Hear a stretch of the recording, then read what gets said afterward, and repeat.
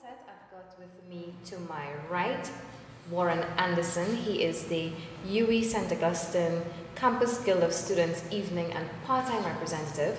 And to his right, I've got Ariel John. She's a teaching artist from the Two Cents movement. Good morning to you guys. Hi, good morning. How are you? Good morning. All? And welcome to our show. Thank you. Thank you. How are you guys this morning? Great. I know we're expecting Shanice. She is the president of the Trinidad Youth Council. She will be coming on a bit later. Traffic again. It's Trinidad, you know how it goes. So today's panel discussion is surrounded on International Youth Day, which is observed on Monday, which is being observed on Monday. 12th. Yeah, the 12th of August. So, International Youth Day is 20 years old. This year, the Youth Day highlights the theme of transforming education to make it more inclusive, accessible, and relevant to today's world. So, of course, the theme for this year is transformation of education. Before we get into today's discussion, of course, let's just tell me a bit about yourself. I'll start with ladies first. So yeah, of course. Yeah, ladies first. So sure. Ariel, just tell me a bit about yourself and the movement you represent. So I started doing poetry in 2015 by just I was in school, I was in Form 6, I was writing poetry all the time, but didn't know that it was something that could be performed and shared with audiences in Trinidad. I was familiar with things that we would see on HBO, and I know the American scene had a poetry thing happening. So to my surprise, there were spaces in Trinidad that welcomed that kind of work. So I started performing, and then in 2012, many years later, the Two Cents movement was formed out of a debate society that existed at the University of the Southern Caribbean. And eventually it kind of transitioned from being a space where young people could come and share their ideas in a debate style and shifting it towards a more artistic form of spoken word poetry. And that's where the thing started, and it's taken off ever since, and we're in our community, and we function alongside the Bocas Lit Fest. This sort of really nice partnering relationship, and yeah, we have full-time poets, myself being one of them, and we work in schools, we work with young people. Our practice centers on youth development through the arts and through social media as well. All right. And Warren? Hi. Well, my story is a story of education, actually. I am an artist manager, and I was educating myself personally by reading books on how to become an artist manager. So it's self-made. Yes. And while reading, it was recommended to pursue a degree in management, to have a greater understanding of management. It was said that it would give me a competitive edge as opposed to the regular friend manager. So I took the advice to heart, and I applied for management at UWI. And so far so good. It's been an amazing experience, especially when I came onto the UWI Guild.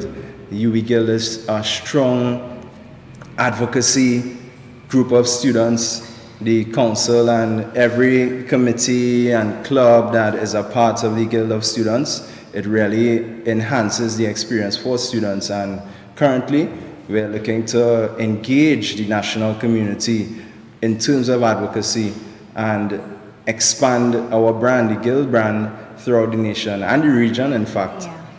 And I know before we were chatting a bit about the way in which UWI is right now. You've made mention to me that it has changed a lot, and of course for the better. How do you see the university performance-wise? Like, do you think that it has propelled? Do you see it going further? There's been a lot of talk about, well, students is only go to UWI, they just waste their parents' money. You hear that oftentimes. Right. But in your capacity, do you see that as something that is just old talk, I should say, or something that's real? Well, I can't speak to the students wasting their parents' money, But what I do know from my unique perspective as a guild counselor is that students have a lot of challenges. Yeah. So for someone being on the outside looking in, they might see it as this student they just like to lie, they just like to waste money, but that student might be grappling with serious issues. And I've always been saying that, like, students don't just do things just like that. Something Agreed. must trigger something. Agreed. And many times students suffer in silence. Definitely. Like, we've seen it. I mean, we've had unfortunate instances where there was even suicides. Yes. And you often now you have, I think it's traditional where you see, you know, traditional talk that, okay, you see someone just probably having a social drink or someone just chatting, and you think, oh, okay, that's all you do. You just go to school and you just do that. So where can we break this stigma? The stigma, you mean the uninformed view that students are just going. That traditionally, you know, a UE student carries, from the time you hear somebody, especially a female, right, from the time you hear you went to UE, it's like, oh, okay. I don't have to say what comes with it. Right. It's already there. It's a stigma. How can we now, going forward, break that stigma or change, or try to inform society that, you know, it's not like that? Well, for one, I could start here. Right now, I could, to the viewers of this program, I could let you know that UE is such a diverse place. And in terms of struggling students, the Guild, we offer support, yes, but the UE administration actually has departments dedicated to helping students. There's the psychological unit, the full name escapes me at this moment, but there are also groups of students. We have a peer counseling association that does offer support for students, right? In terms of breaking the stigma, that would be up to the graduates of UE, right, to understand that we have a role and we do represent this great organization, this great institution, so that anywhere we go in the world, be it locally, regionally, or internationally, we need to wear the pelican with pride and, you know, just represent to the best of our abilities. And to people that are eluded by the so-called wayward students, sometimes packages could be deceiving. You have people who, they rarely come off as laissez-faire, but when you see them apply themselves to their goals and to their endeavors, that's when you really see the genius express itself. So just be mindful that that the cover doesn't always indicate it pays well to not be judgmental too much. Definitely. But of course, you know, we can't get away from that in our society. It's human nature. And we were talking about just now, you know, how people suffer in silence. And I know you write a lot. So through writing, it's one of the major ways where students, or I shouldn't just say students, but where young people find themselves expressing themselves. Sure. You know, how has that been for you so far? Writing, the entire process of writing. I think I would have started at a place where, yes, writing had served me as an outlet, as a venting place, as a place of just expressing all the frustrations of my teenage angst, anger, and everything I would have been coming up against at that time, or what that would have felt like. But as you mature and as you grow into things, you realize that, well, I realized, I should say, that the work has a therapeutic nature, but that throwing up kind of like unresolved trauma on a stage is probably the worst thing you could do with this gift, right? Both for yourself and as being a responsible artist and considering the audience that is coming in to hear you.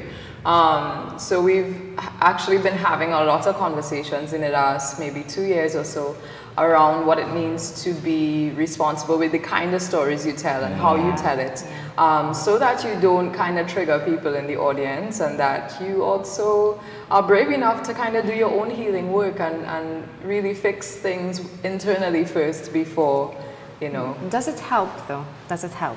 The healing process, your self-healing, does it help? So I think healing is often when we give our attention to whatever pain somebody has experienced, or when we actually have an opportunity to listen very intently to somebody's pain. Does it work? Absolutely.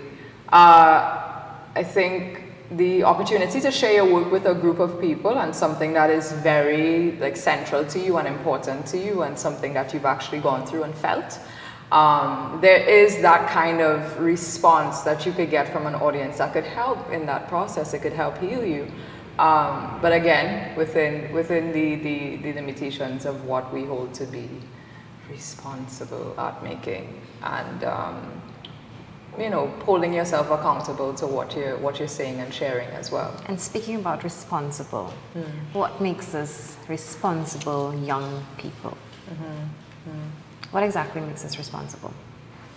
Or how can we be more responsible? I think we need to start with our goals for ourselves and how we treat with that in terms of the environment, right, and the impact that we have on others and things around us. When I perform an action, how does it impact my family? How does it impact my peers? How does it impact organizations that I represent? That is where the core of responsibility lies. We need to be more conscious, but consciousness is not something that happens by magic or happenstance. And I think this is where it links back to the conversation that we're having here this morning and how important education is.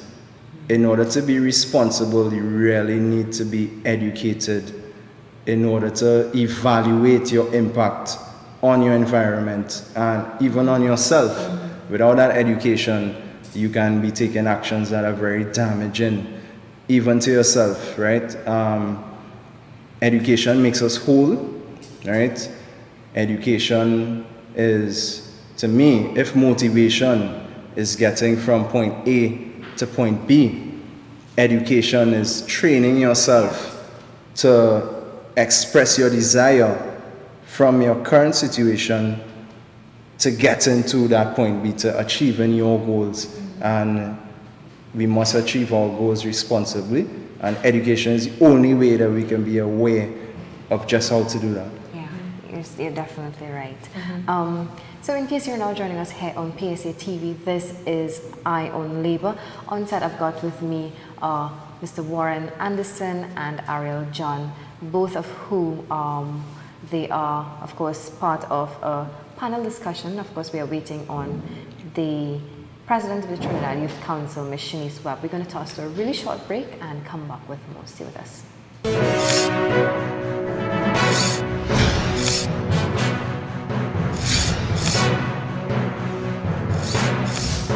And welcome back to PSA TV. This is Eye on Labor. On set, I've got with me Mr. Anderson Warren Anderson. You see, you made me, yeah.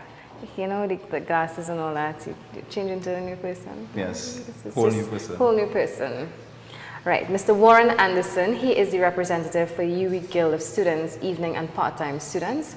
And I've got, joining me on set this morning, Ms. Shanice Webb. She is the president of the Trinidad Youth Council. Good morning to you, Shanice. Morning. How are you this morning? Good. I know you ran upstairs thinking we're still upstairs, but welcome to a brand new studio here downstairs. It's very lovely. It's a bit hot at the moment, but we'll sort that out. And we've got, of course, the very beautiful Ariel John. She is a teaching artist at the 2 Cents Movement. And this morning we're discussing International Youth Day, which will be celebrated on Monday, 12th of August 2019. Of course, it's the 20th year of its celebrations. Just to go back a bit about what we were talking about previously, the importance of education, and of course, this year's theme is transformation of education. Shanice, I'm going to grill you because you just came in, so you know how that goes. Before you came, we were talking about the responsibility of youths, and what are your thoughts on the way society is, the acceptance of youths. What do you think can make youths a little more responsible? I think that's a very broad and general question. I think that, so youth is defined as young people between the ages of around 18. 12 to 30, right? So that's a very broad age range, 12 to 35, right? Is it? Yeah. 30 to 30 in Trinidad, right? So I think that there are responsible young people, and then there are young people that are growing up. You know what I mean? Because that's the time where you kind of get into knowing yourself and stuff like that. So I think that we need to give young people a certain level of grace to learn and to develop, because we didn't all grow up. We all been born and we're 40-year-olds. You know what I mean? Yeah. So we don't know what we don't know, and I think young people need some grace in terms of what they need to learn, how to be responsible adults. Let us make mistakes. Right. Let it happen. Natural process. So I think there's a need for guidance, right? I think there's a need for education, not just in the scholastic aspect of it, but just a socialization and an education of young people of how to be productive members of society, how to bring value and stuff like that, and how to carry themselves, I think. Do you think that we have a learning crisis? Anyone of you? I think that I don't necessarily think we have a learning crisis per se. I think that if you look at Trinidad and Tobago at face value, you will see that there's a lot of opportunities for education. Yeah. But I think there are a lot of young people that are in vulnerable situations that we need to be able to protect, right? There are young people in communities where violence is very prevalent, where that impacts on their education. I know specifically where there are schools where, schools shut down because there's a there's a shootout at some point and stuff like that. There's threat of violence and stuff like that impacts the ability of students to attend school. You know what I mean? Their school is in one area, they live in another area, so they're not able to go because of different issues that impact on their ability to go into a specific area to go to school even though they live somewhere else, and all those are very social issues that impact, and those are real issues, you know what I mean? Because we can sit from, I guess, positions of privilege as we graduates, as educated persons, and say, oh, well, they need to pull themselves up by their bootstraps, but that's not the perspective that we should have. Because we all made mistakes growing up as well. Right, and we don't live in certain situations, and so we don't experience those things. Those aren't our lived experiences, so we may not necessarily know per se unless you interact with those young people, unless you go into those communities. So I think other people live very different lives, and we need to be very cognizant of that. Yeah, you're very right about that. Let's just look at education on the whole, from innate, from its original form, when we were babies, we learn a lot of things growing up. But when we're into our teens, that's when the peer pressure comes in. And we've often seen that it's something that a lot of youths struggle with. Too many times we find that, and I think it comes from broken homes in most cases, where that need for you to belong somewhere. So you see your friends do it and you're like, okay, well, this is, I guess I have to do it too. Yeah. So, I mean, we've all been probably part of being under peer pressure at some point in our lives. Do you think that perhaps parents need to now look at children and not just, see them for, okay, you're just a child, but treat them with respect and understand that, well, they're growing up, they have needs, and hear beyond what they're saying? I believe that the issues inherent in our approach to education lies in our understanding of what education is. I'm very happy that you mentioned starting from the cradle, because let's take a look at education for what it's really worth, right?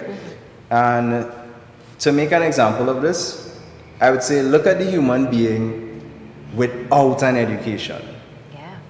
take away, if we're contextualizing this, let's immediately take away the classroom education. But let's go further than that. Let's take away learning to groom yourself. Let's take away learning to socialize. Yeah. Right?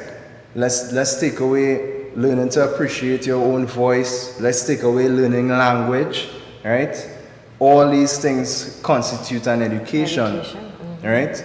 And when you really look at it like this, and you add back these things of value, then you get a greater understanding of just how important education is. There's financial education as well, which is very important to youth.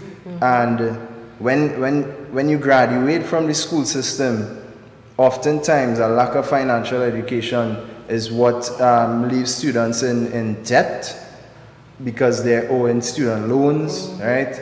And you have this job, yes, because you graduated with the intention of getting a job. Well, in some cases, some don't even get a job. But even after getting a job,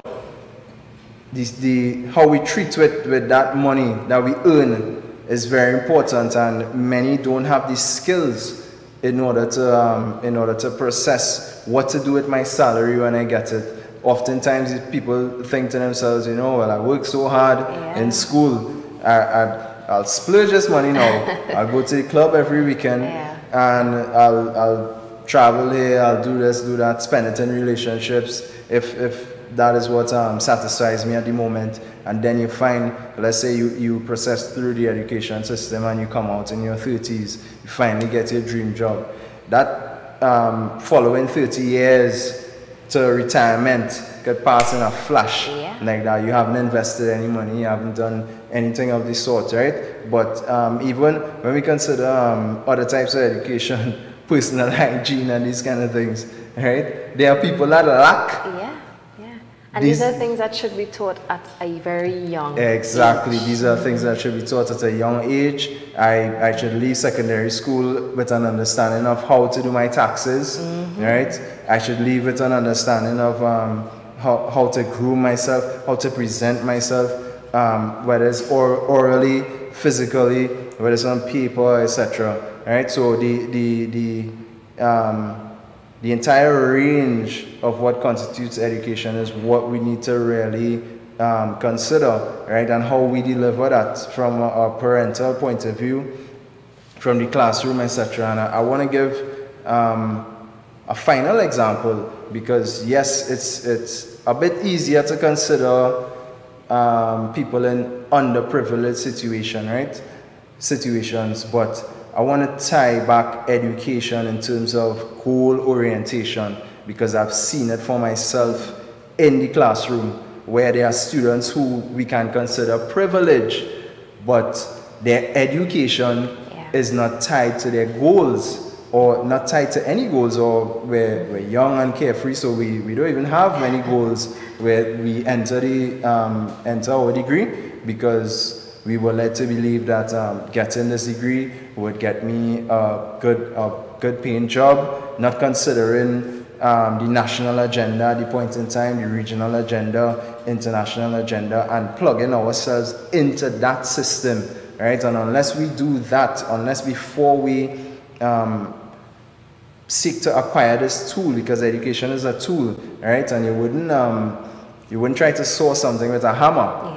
Right? If you're sawing a piece of wood and sawing the piece of wood is your goal, then you're going to look for a saw, right? You're not going to want to work at a bakery and go and take masonry classes. You're going to go to a school where you can learn to bake a cake. But we find even in tertiary education, people placing themselves in classes that have nothing to do with what they really want to become. So goal orientation is important, and even while processing through the tertiary education system, it would behoove some student, it would behoove any kind of youth to really engage in self-reflection and say to themselves, what do I really want to do? It's not too late to snap back and say, listen, this does not align with my goals or who I have discovered that I want to be. Right? It's never too late to do that. and but it's important in terms of how we engage with responsible action, how we engage with our environment, and how we engage in our personal development. Yeah. Just to go back on something you mentioned there that stood out to me, where you said that, you know, many times students find themselves in areas of study that, you know, they don't even want to do. Yeah. But I think that, and I think I could speak, I don't want to say personally here, but I'm going to say it, like oftentimes many students are forced into studying things that they absolutely don't want to study. Yeah. I mean, I don't want to sound bad, but I didn't want to study literatures. I love literatures, but I wanted to do something else. Yeah. And you have that pressure now, okay, no, your parents want you to do this, so you have no other choice but to do this. And I think that's where more issues come into play. Yeah?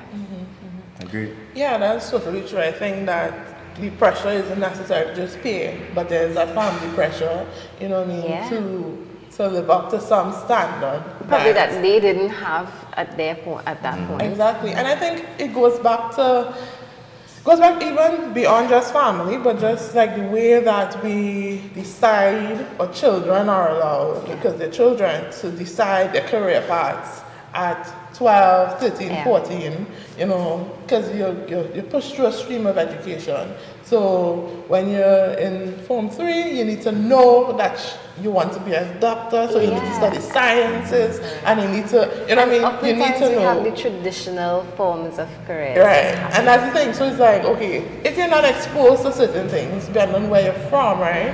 And that goes back to privilege again, and to social class and stuff like that. If it is that you don't know what an engineer is, right? You've never met an engineer, so that when you're 13, you don't know to go and study physics and those subjects to then become an engineer. Because so when I reach uni now and I only have business classes, I can't be an engineer. You know what I mean? So that is the way that we ask children to shape their entire future based on what? You know what I mean? So I think that we need to explore how do we do those things and how we expose children to a wide array of possibilities so that, you know what I mean, they have aspirations that tailor to what they want. Yeah. You know? Ariel, you are one of the creatives. And I say this a lot because I think I myself am a writer as well. So I use writing to express myself. We were talking about the fact that many young people use it to express themselves. The introverts, we often hear, you know, that introverts are more of the creatives. I don't know if it's true. I'm not sure. But it could be factual. It could be just a myth. But do you think that there is enough being done to encourage young people into the arts? I think it ties back into the point we just had about exposure, and often enough, like a lot of young people, especially in less privileged communities, don't have the kind of exposure to art and to sports, athletics, all these things to actually have that dreaming space, to actually have that space where they could say, oh my God, this is something that really resonates with me. You know what's funny? Some of these young people probably are talented and they just don't know it. Absolutely, we come across them all the time in the work that we do. So they don't have that space to build their imagination about the kind of futures they want to create for themselves, right? So they're kind of locked into their families and what their families want for them. They're locked into what the society has designed as worthy for their future, right? And you know, it's a cyclical thing, and then we have an underdeveloped young person, a young person who did not have the capacity to materialize their dream. Yeah. So we are limited by so many different aspects. And even going back to what you were saying, when it comes down to demographics especially. So I remember interviewing Jafar Howe, the young man from Laventille who won the scholarship to Princeton University. And, you know, just having a conversation with him, you realize now that it's up to the young person sometimes to take that initiative and just step out of what is expected of you. Just put yourself out there sometimes, because half of the times things don't usually come to you. And you need to be motivated as well. And this brings me to my question.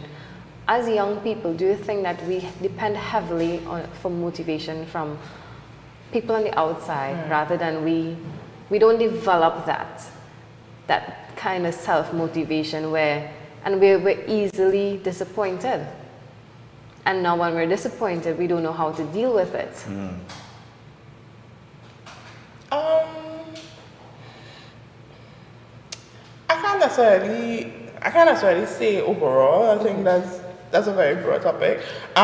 Point. I think that there are the individuals. So I think that in any field or whatever, there are individuals like Jafar who are able to do it for themselves, and those people exist, right? But I think that is not necessarily representative of the norm, and therefore, in a sense, that we need to also reach back and help the others that aren't able to do such. I think that in order for young people to be self-motivated, or that goes back to education and being taught how to do that, how to self-actualize and all of that, right? So I think that goes back to education and what you're being taught. So if it is we teach young people or identify to themselves, you need to be self-motivated or whatever, then I think they'll be able to develop those skills. But I think that's a skill that we all need to be able to learn, and a muscle that you need to work at to grow, as with anything. So I think that it goes back into the whole discussion that we've been having overall in terms of what you're being taught and your community and everything like that. And that is exactly where the transformation of education comes in. Yeah. So, these are things that should be included in our education system. Holistically, what is your view on the education system in this country? I'm going to start with you. Holistically, we're talking general. Well, I could start from what the statistics have indicated. We don't have any live statistics. One, at least access to it. The last available statistics we have, I think, from 2015, and they indicated that 98% of the population is literate. I don't know. I think I would differ. I don't know. I beg to differ. I don't know well, first we have to look at the operational definition of literate. And if we're saying that, it's the ability to recognize symbols in the alphabet and the numeric system, then we might say that, we have 98%. But when we take a more live approach to how educated we are, I would look at things like how we treat with our environment. Interestingly enough, International Youth Day, when the UN, the panel of youth, they had their first conference where they established International Youth Day on the 12th of August. It came out of wanting young people to have a greater appreciation for the oceans, how we treat the oceans, and how the oceans sustain our life. Right? It's so important. We live, and it's important for us in small island developing states where we are literally surrounded by the ocean, all this water. Right here in Trinidad and Tobago, you don't have to go far to see the ocean. So our environment and how we treat it is very important to us. Yet, and I dare say, even back in 2015, where we assessed ourselves at 98% literacy, littering is rampant throughout the country, and it is not pegged just to your level of education in terms of the classroom. I see people who have tertiary education throwing KFC box out their windows, of course. Dumping stuff from their car onto the streets, onto the highway. I mean, it's twofold. We have to ask, how does the administration cater for people who have this real desire to dispose of their waste in a way that's conducive to sustainability? but we must accept personal responsibility for how we dispose of our waste, how we treated plastics, right? Recently we observed plastic being free of plastics, and how many people engage in that process. So in our personal lives, how many of these practices have we adapted for ourselves to get to zero plastics and that kind of thing. So I use these things as indicators for our education. That's treating with the environment. I look at how we filter ourselves in terms of the national agenda. Are my personal goals tied to the national agenda, right? We advancing the country, advancing the region is not just a matter of using buzzwords to me. It really starts on an individual level, how I exercise my day-to-day activities. If I really am patriotic and I care about the country, I would assess my 5-year plan, my 10-year plan, and how it really ties into the success of the country, right? So if I use these indicators and ask myself, is the country really in a positive state in terms of education? I would have to say no. I know there are a lot of confounding variables that we grapple with as small island developing states, but still that does not exempt us from assessment. And the assessment is, for me, we're getting there, right? Because with a bit of research, we can see that, you know, the effort is being made, right? But we're still a very far way off. So that's my analysis. Sharice, sorry. So I think that as a country, we've made some strong strides in terms of education. The fact that education is generally free, and the accessibility of it. But I think that there are some social issues that impact on education that we need to be able to address to make sure that it is beneficial to all, that it's equitable for all. So these things include, and a big part of it is the point of crime and violence and the impact of that. You know what I mean? Taking cell phone out of schools isn't the solution to school violence. It's just we're not going to see it because it's not being recorded. But I think we've all went to secondary school. We've all seen fights. We've all seen those things. So those things have all been with us before before the era of cell phones. But the thing is that how are we addressing it in real ways, and how are we helping these students to deal with conflict in more conducive. Because there are many troubled students. Right? So there's those social issues, there are issues of depression. There are young children that are committing suicide in Trinidad and Tobago. How are we addressing that in the school environment, through education and stuff like that? You know, gender-based violence, sexual and reproductive rights and health and all of that. These are real social issues that we need to be able to address. Teen pregnancies, these are issues that we need to address.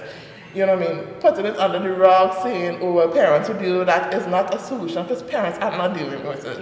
You know, parents are uncomfortable with talking to their children about real things. And I think that goes back to how we're socialized as Caribbean people. We love our children, yes, but we as Caribbean people are not communicative. We're not very expressive of love. You know what I mean? We love our children, but we have to be real. I think we express love in the weirdest ways in the Caribbean. You know what I mean? We have to be honest about who we are, but we need to be real about the realities that our young people face, and we need to give them the correct tools to equip them for the real world. You know what I mean? Yes, you may be uncomfortable with something, but it's the real world that these young people have to deal with. And we have to give them the skills and the ability to speak up and do those things. You know what I mean? So create those spaces where we deal with the social issues that are impacting young people in the schools and the education system, and that would improve it tremendously. Ariel? Yeah, just to add on to what Warren and Shanice have already excellently expounded on. I think I've been thinking as they were speaking a lot about I guess, standardized testing, not just in Trinidad and Tobago, but in the Caribbean, at the level of CSEC and CAPE and these things. And I'm wondering, okay, so we have these exams that students spend years preparing for, and what if we were to make more space within all of our schools, not just some, to make sure that all students have an opportunity to develop themselves personally.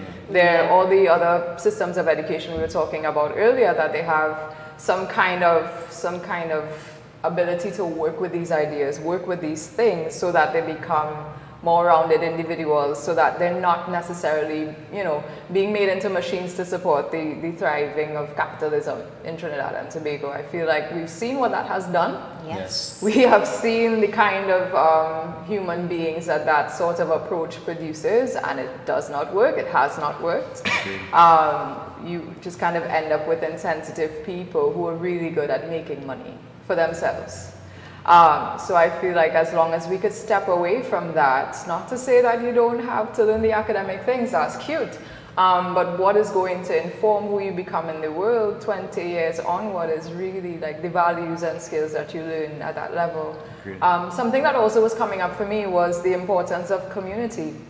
We've been talking a lot about the schools, we've been talking a lot about parents and family, but I also feel like as citizens, as folks that occupy this space on this island, we need to be able to see young people as ours. We need to be able to feel some sense of connection and care to each other. Your brother's keeper. Yes, and it comes back to the idea of responsibility as well, right? We need to feel responsible for each other. And, you know, there enough reasons that we could give as to why this has kind of dissipated and fallen apart over the years, but I feel like we need to return to that sense of I see you and I want to encourage you and I want to facilitate this space to have you become the best person you possibly can in the world, and I want to, you're not my child, you're my neighbor's child, but I'm going to look out for you. Mine. Yeah, I see you as mine, so. But I feel like, you know, because of and I think social media, while it has, you know, there's a plus and there's also the bad side of it. Social media has created these lifestyles that parents think that, you know, you must meet that lifestyle, and my child is better than your child. They've always been that thought, you know, and it not only affects children, but it affects parents as well. So where I'm supposed to say, well, okay, let me encourage you. If I see your child is kind of weak in this, I'm going to pull you up. If my child is, you know, we could kind of share our knowledge, but it rarely happens. And I don't want to blame social media for it, but too much times we're brainwashed into thinking that, okay, my child isn't perfect. My child isn't good enough. If your child passed for this big school in the country, my child is a disappointment because my child didn't pass for that. You know, and these are some of the challenges that we can't help, but it's there. It's there. I want to read something. This is from the UN Secretary General, which says, Shanice, did you see this before? No, because you know, you sounded very much like this. It's very eloquent, just like you put it together there. Education today should combine knowledge, life skills, and critical thinking. It should include information on sustainability and climate change, like you were just talking about. And it should advance gender equality, human rights, and culture of peace. And it's something that we here in Trinidad and Tobago, we've fallen short. I don't think there's any nice way to put that. When you look at, like we were just talking about the environment, for instance, you know, you have climate change, and you see people just watch it like, oh, climate change, okay. That's not important. But it's because we're not really informed, and it goes back to education. Agreed. I think too is that we have inherited the classroom setting and we've just maintained that status quo. And I think we need to be able to adjust and adapt it to a way that suits our needs in terms of what our needs as a society, and how do we use the classroom environment to advance those needs, right? I think in terms of vulnerable groups, we need to also remember the children of migrants that are here and are among us, right? If we're being real, we don't know when this Venezuelan crisis is going to end. No, we don't. We don't know, right? So let's picture 5, 10 years down the road, we have a class or a group of young people that is uneducated living here. What are they supposed to do? What are we going to do? Yeah. So we need to address these things in real ways. We need to, okay, we don't have the space now, but what is the plan? What are we going to do? You know what I mean? So we can't just put it on the wrong wall, we give them a year and whatever. But, you know what I mean? That is not necessarily sustainable. Yeah. So we need to answer, there needs to be an answer to how are we going to address this going forward, right? These people are part of our society and they need to be treated with respect. And we need to address the issues that are also impacting us and them as well. And speaking of respect, do you think that the young people are given the respect they deserve? Any one of you? I think it could be a bit lacking. One thing I remember growing up hearing is young people don't have stress. Oh my gosh. Yeah. Which is an erroneous, we're stress-free. An erroneous line of thinking. I think it's because they don't see us as responsible people too. So they think that, well, all right, you have no responsibility, you have no stress. Yes. That's it. You have no job, you have no children to take care of. That is one of the main things. Yeah, you have no kids and you don't know what stress is. You don't know what stress is, but as we can see, young people do have stress, and high stress correlates with a lot of the issues that young people experience. As a young person, psychologically, everything is amplified. Yeah. When you're older, a lot of the issues that you had when you were younger, you could just brush it off your shoulder, it could roll off your back. Yeah. But if you just, if you could just pause a moment and picture how these very things impacted you 10 years before, then you can have an idea of how children and younger individuals process these activities. To me, in terms of what we can really do, I could speak from the university and the Guild of Students perspective. We even have a National Affairs Committee where we consider the state of the nation and we strategize in terms of the impact that the Guild of Students could have on the nation. So you can really look forward. I don't want to let the cat out of the bag yet, but you can definitely look forward to the Guild of Students in the future having a real impact on the national community. From a personal point of view, when I consider the university perspective, I always like to say that sometimes it could be a bit too esoteric, right?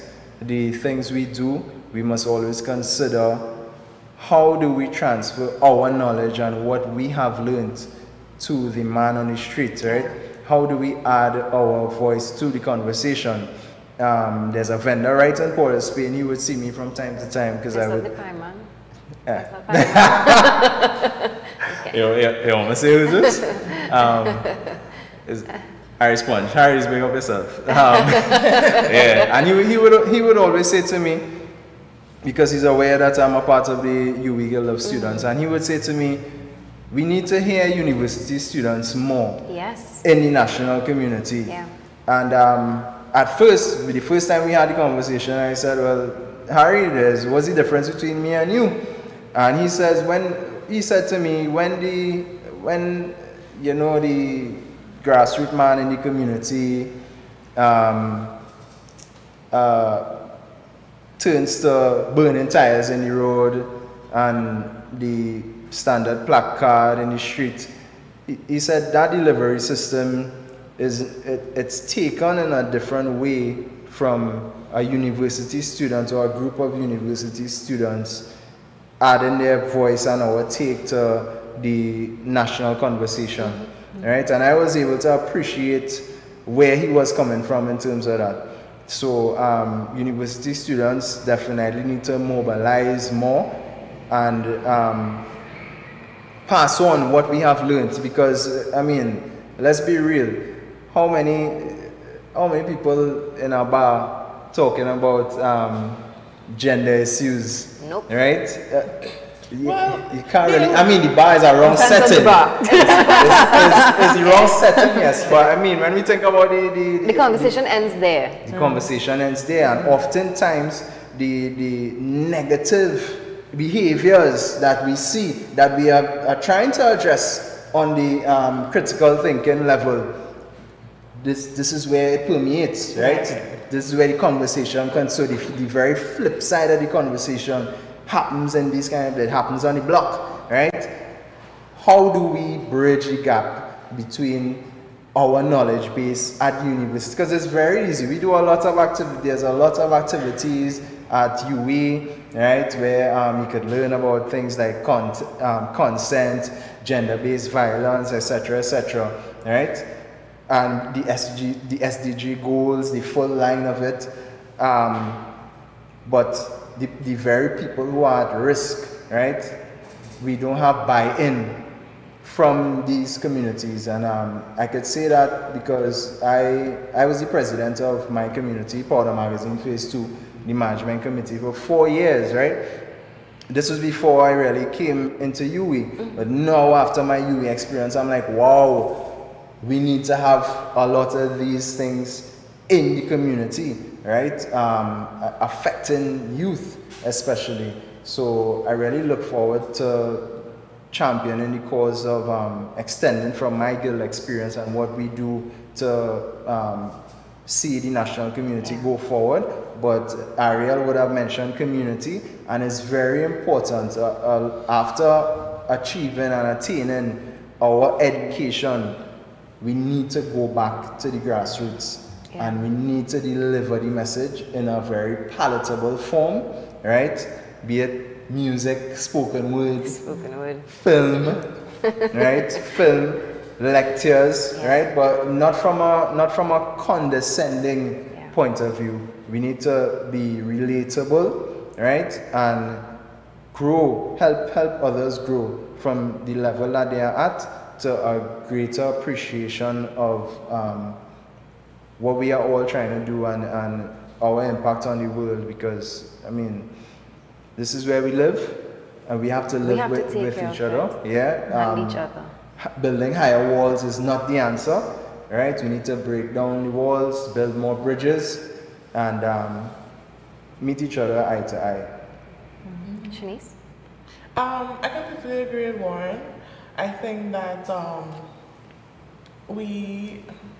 I'm also a UWI graduate. Some of them would have been a part of that community, and I think that there are some groups that from the UWI that go out in the community, and I think that's something that needs to happen more often. We need to see that more. I think that there are lots of societies and groups that do a lot of positive work, and I think that we need to do that more often. I think things like these, partnership with other organizations and stuff like that, so that we continue to promote positivity, so that we see young people in a positive light, change the narrative about what young people are, what they do, what they like, they don't like. Because I think that there's a lot of misinformation, and I think there's a lot of we highlight young people in through a specific lens, and that happens over and over again. But I don't think the positive things are being highlighted or pushed to the forefront. You know what I mean? Two Cents does a lot of good work in schools and stuff like that, and I think that's something that should be highlighted. Speaking of something that's happening next week, which is the Assembly of Caribbean People. Yes. Right? So that's happening next week. It's from Tuesday to Sunday, and it's via the UWI Inn. Right? So the price of the event is $700. So I'm just plugging it. Plug. The price of the event is $700, but the Trinidad Council was able to, and as we were saying, to expose young people to something that's different. They're going to be young people and Caribbean people from across the region, not just the English-speaking community, but the Francophone and Dutch as well. So I think that's an amazing experience for young people and even adults to to come into that space and see, you know, something different, and also have experiences with people. So that's something that's open. So anybody that's interested can contact us, check us on Facebook and stuff like that. And what is your, platforms that you can be reached on?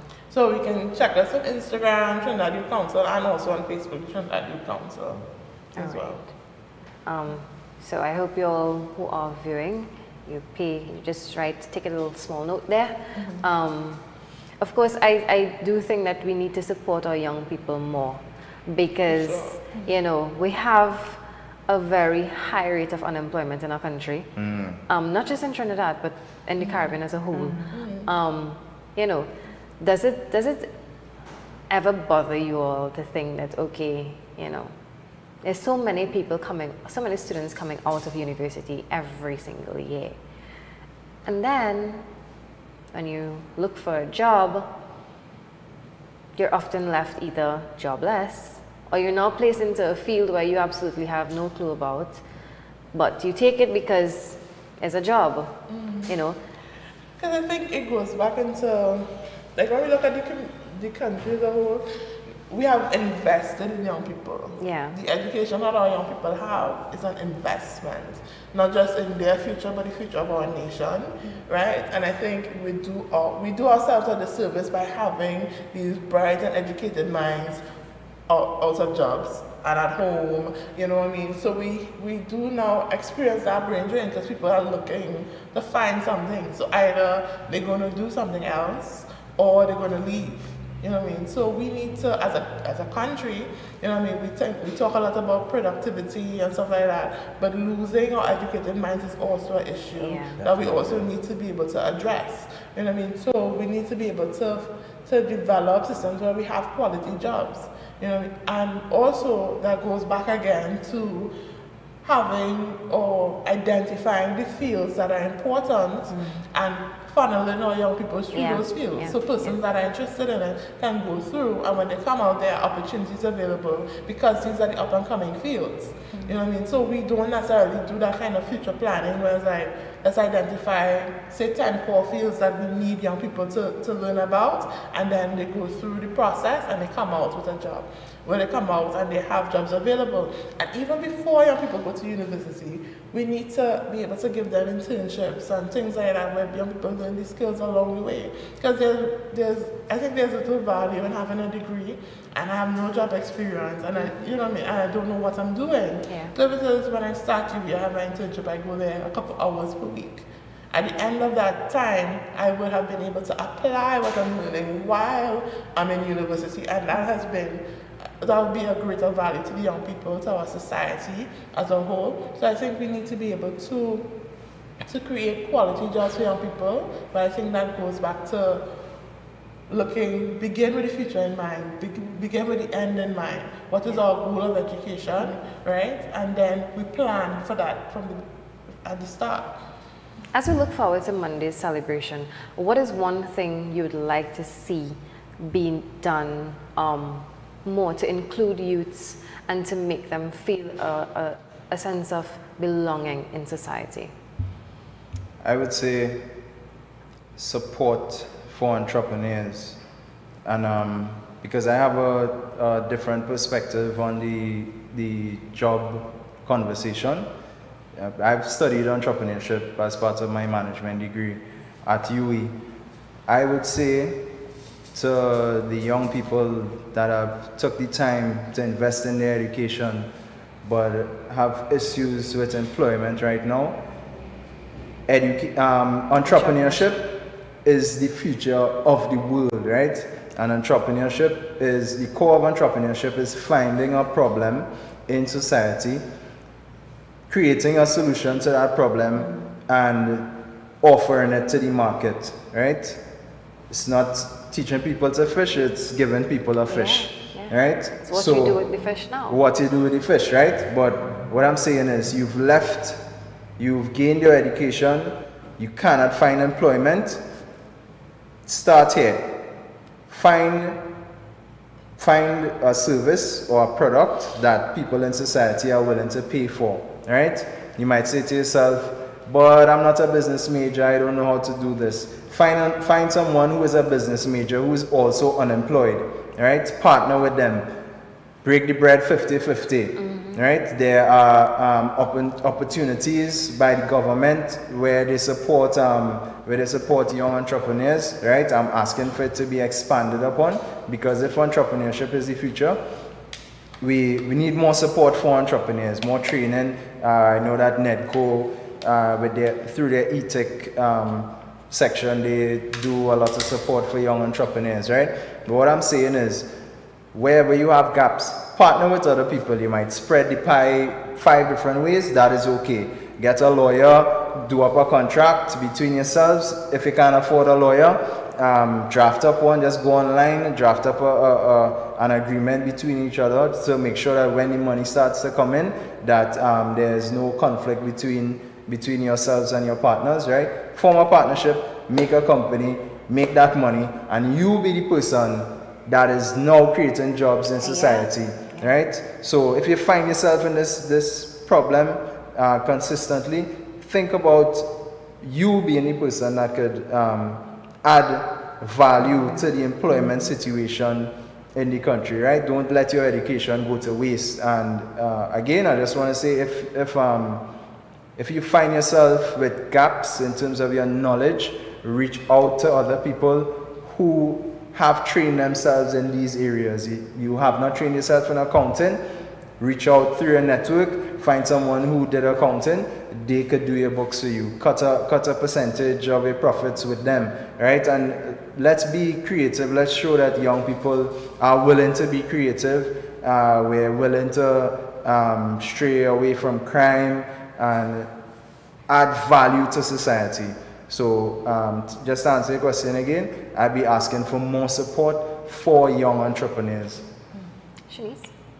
I completely agree as well. I think that there are a lot of organizations that are doing good work, like the Youth Business Trinidad and Tobago. There's also the Kariri Hatchery Program. Yes. So I think that we also need to make those things more available, more visible. Because I think when you're in certain communities, you know about things because you're in those communities. And that's the thing, being able to network. And people need to be able to network when in business so that you know what the opportunities are, plantencies, those types of things. So it's like, okay, just start small. It's like, if it is that you have something that you're good at, you can make a business out of it. People will pay you to do it. If it is that you can do hair, make a business out of it. You can do nails, make a business. That doesn't necessarily have to be your career or everything that you do, but it's also a way that you have a hustle on the side. And that's what a lot of young people have resorted to. You know what I mean? Because young people, they are resourceful and they're not just sitting and waiting. I know many young people with degrees and people with teaching degrees, like literature degrees, that have businesses. One of my friends, she has a degree in literature. She has a soap business. There's another person I know has her education is in teaching. And she has a hair business, you know what I mean? And sometimes you make more money doing those things than sometimes, like I always say, sometimes your side hustle becomes your main hustle. So there are a lot of opportunities out there. You just need to be able to make your way, as one would have suggested. What I'd like to add to that though is we really can't take for granted, while someone would have entered into a line of education that may not have been aligned with their passion, or it may not have even been aligned with their side hustle, we can't understate the value that they would have attained in their education that would have expanded their mind and allowed them to activate in these other areas. So we really can't say, you know, like somebody do a degree in psychology and look, they're selling soap, so they waste that psychology degree or so nothing. No, a degree really, or education on a whole, it really gives you a format for learning that activates your brain, it grows your brain. Interestingly enough, when you do not pursue education for a while and you're not reading and you're not growing your brain actually shrinks. It affects your brain, Your brain actually shrinks, right? And technology is advancing at such a rapid pace that the need for jobs is less and less. I mean, physical labor and that kind of thing is less and less. Companies like Amazon, they're using a lot of mechanics to replace labor, physical labor. So we had to consider these things, right? So I agree with what you're saying. It's not that education itself doesn't have value, because when you go to university, you learn specific and critical skills, like the critical thinking is something that you learn, being able to analyze the situation and, give your own feedback, your own perspective on something is a life skill. It's not just something that you apply to education, but it's a life skill. It's certain life skills you learn while in university. You learn how to network, sometimes you're like in SAC, you learn how to network, and these people that you become friends with are people that help. I think only you people would get that joke. You're like you know what I mean? So it's like, you might, they should learn, but they learn to network, they're making connections. And funny enough that, sometimes you see these same people outside and you're like, wait, I remember you from SSC, what do you do now? And they're like, okay, but I have this. And you rebuild that connection there, or some people, you keep that connection, but sometimes, connection is lost. So it's your opportunity again to go back and say, well, okay. And also support young people. Yes. A lot of young people with businesses, support young people and their businesses. You know what I mean? Like, even though it may not necessarily be what you're directly interested in, give them, depending on what it is, give them a sale, whatever, give them that encouragement to continue going. Because sometimes you never know what people are going through. It's like, So it's like I went to the Emancipation Village and this lady wrote a book, and I was like, okay, that's really cool. She self-published her book, and I was like, I need to support you. You know what I mean? I read the book, it's really good, stuff like that. So it's like, support young people, support people that are doing things that are different, because at the end of the day, it's not just about you, but it's about promoting that whole creative sector, promoting entrepreneurship and stuff like that. So like, it's not just about the entire community, it's about the country and our development going forward. Did you get a chance to taste the wines? Right? No? There were wines at the Emancipation Village. And I kid you not, peas wine, pineapple wine, I can't remember the restaurant, cassava wine. Ooh. And I am telling you, I think peas wine has to be like one of the best things I've ever tried. Right. And it was nice again to see a young man doing this, and his prices were reasonable. And I'm like, well, why not? There were small bottles, but I think it was just 75. And I'm like, this is what we need, and this is what we need to support. Right. And I think, young people are full of innovation. Yeah. There are a lot of things that... Like, who would ever think about making wine from peas? And I stood there and I'm like, hold on. This is peas, you mix this with something. And he's like, no, it's peas wine. I'm like, nah, I'm not buying this. Like, no, it is peas. And I was impressed. I was actually like, who would ever think about this? And like you rightly say, young people are innovative, and it's up to us to support each other. Yeah. So we have to, put fuel to that flame and not try to stifle it. Yes. You know what I mean? And that's what we need to do as a society. That's what we need the government to be able to continue to feed the flame under us. You know what I mean? Because it's not about a handout, it's not about begging for something, you know what I mean? But it's about empowering young people. Because they already have certain skills and abilities, but we need to feed it. Ariel? I think I have a request for all of us as the folks occupying this space is for us to visit humility. For us to be able to look at a child, look at a young person and see them as a human being full of light and potential. And for me, that means like acknowledging that they sometimes are the teacher. As an educator, that's a real important thing that we enter this space with. Like, you don't have all the answers. Correct. As an educator, you are not the vessel of wisdom. You're not a master of anything. Nope. They're equally, like, their lives are valid, their opinions are valid, their thoughts are valid, and I feel like the more we endorse their capacity to, like, think and imagine things for themselves and be like, yeah, this is a real contribution you're making. As long as they're allowed to feel that way, they will continue to develop even better things. So I feel like there's this poet, Hafiz, that says, I approach everyone as a teacher who's telling me, who's giving me their last words on their deathbed. And so if we could approach young people in that way, where we're so like caught up in listening to them and really giving them that attention, I feel like that will help them to not only gain confidence in themselves, but it will shift everything. Yeah. And I think to some extent we need to, teach young people that it's okay to make mistakes. Yes, yeah. Because we're really hard on ourselves sometimes. So you make a mistake and you think, oh my gosh, I'm going to, that's it. I messed up totally. There's no coming back. But, Yes, teach them the goodness in failure and the importance of failure. But also how to come out from it. Accountability, yes. Because that's something that, you are allowed to make mistakes. Of course, after 1 or 2 times, it's now habitual. But allow people to help them to come out of things. And because that goes back to I think SEA and CXC and the pressure we put on these little children to fulfill your dreams. Going to naps. We need to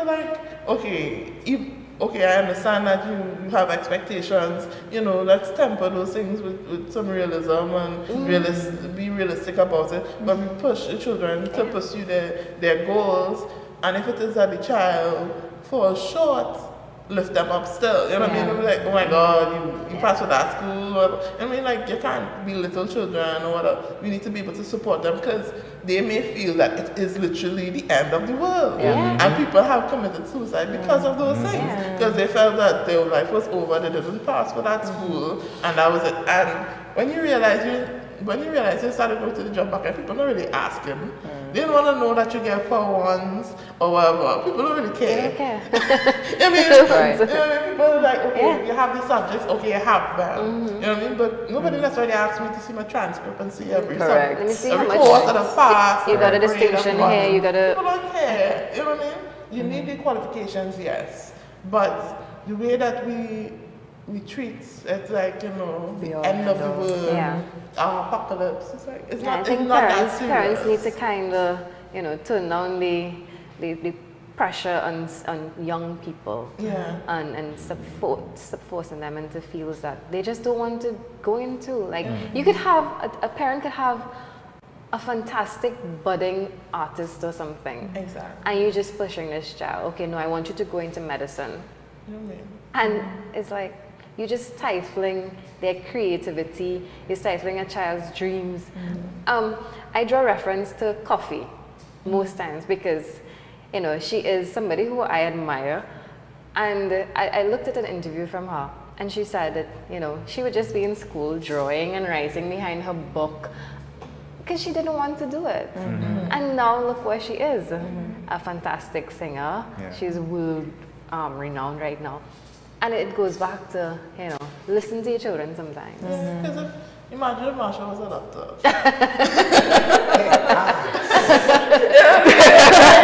Started as a child. Knowing, okay, this is what he wanted to do, and he pursued that. And he is one of our greatest artists. He's a legend in his own right and all that. So it's like, imagine if Marsha was a doctor. He probably would be he's a genius, so he probably would be a good doctor, but we would have lost so many hits. Carnival would not have been Carnival. Exactly. What would Carnival be today? I'm sensing some opposition here. No. I wouldn't say anything against the Minister of Road. As long as we have that established. I'm a Marshall fan. I just try to hide my bias. Okay. Ladies and gentlemen, I'm going to ask you your closing comments before we wrap things up for today. So I'll start with Ariel. Closing comments. Ladies first again. For Youth Day, I really feel like it's important that we continue to add value, validate our young people and see them as the future that we're planning to have. And if we don't invest in that future, we're not going to have one. There's a study that says in 31 years, the environment will be so totally devastated that nothing will be able to survive here. How do we defeat that as a myth? How do we mythologize that and make it into something that doesn't happen, that will turn on our young people, so that our future is in our ability to make sure that they're all right. So yeah, I think that when we look at education, as I said before, we've made some positive strides. You know what I mean? We have a lot of privileges afforded to us that a lot of people don't have. A lot of countries is not available to them. Right. But at the same time, as I said before, there are a lot of social issues that we need to pull out from under the rug. We need to open up the curtains and bring some light onto those things. And how do we create solutions to address them in real ways? And I think that will be how we shape the future going forward, addressing those social issues and supporting young people from the beginning and giving them the best tools to succeed, you know what I mean? And I think overall, it's like, for International Youth Day, we all need to find a way. I challenge everyone to support a young person, right? No matter what it is. It could be your child. Have a conversation with them, see what they want to do. Have that conversation. What do you really want to do? And listen to them. If there's a youth entrepreneur that you know, call them up and say, hey, I know you're doing X, Y, and Z. How can I support you? You know what I mean? Buy something from a young person. You know what I mean? It could be little things, but for International Youth Day, our challenge is to support young people in whatever way you can. I would say each one teach one. Education is a way for us to exchange our ideas, our knowledge, our values, and without it, we really cannot advance or survive as a human race, as the human race. So let us appreciate education for what it really is, taking someone through their journey of life in a way that we could treat ourselves better, understand our environments better, and have a real impact on each other for the benefit of us all. And for more on what the UE Guild is doing to benefit youth in the nation, you can check out One Guild STA, that's ONEGUILD STA. That's on Instagram. All right. And lastly, how do you all plan to celebrate World Youth Day? What are you going to do? What's your plan? I have a final exam that day. Oh my. I'm going to support myself in that exam. Yeah. But for sure, as I said, to support young people, so I'll be reaching out to my couple of friends that I know that are entrepreneurs and see how I can help them. I'll visit my godson. Aww. I'm actually teaching that evening. I work with a group of girls at Sophia House, so I will celebrate with them. But for sure, check out the Trinidad Youth Council Facebook page, and we will have information about the conference. All young people that are available to attend. You may not be able to attend every single day, but it's a very impactful conference. 1 day or 2 days. Yeah, you know, Saturday, Sunday. It's from Thursday to Sunday. So feel free to come through. The discount is available as well for students and youth. All right. So guys, I want to thank you all so much. Excuse? How are you spending with International Youth Day? I'll be working here, sending out our message. I think via media, we can do a lot to encourage and push forward our messages about the importance of youth and, you know, just advocate for youths. Because I love our young people and I don't want to see us going down the drain. Like, I mean, it hurts me to see how many young people are just, you know, sometimes throwing away their lives. Yeah. It bothers me. So I think, yeah, I'll be here doing just that. Awesome. Okay. All right. So guys, I want to thank you all so much for coming out this morning. I know we've stepped a bit over our scheduled time, but it was well warranted. We've learned a lot today that, you know, we've reached far in terms of education, but we've still, we have a lot to achieve still. Yes. So thank you guys so much. It was a pleasure. Thank you. All right, so it's on that note, we've come to the end of today's show. We're going to toss the news right about now, and end of for today. I'm Christy Cali Singh. On behalf of all of us here at PSA TV, here's wishing you a great day.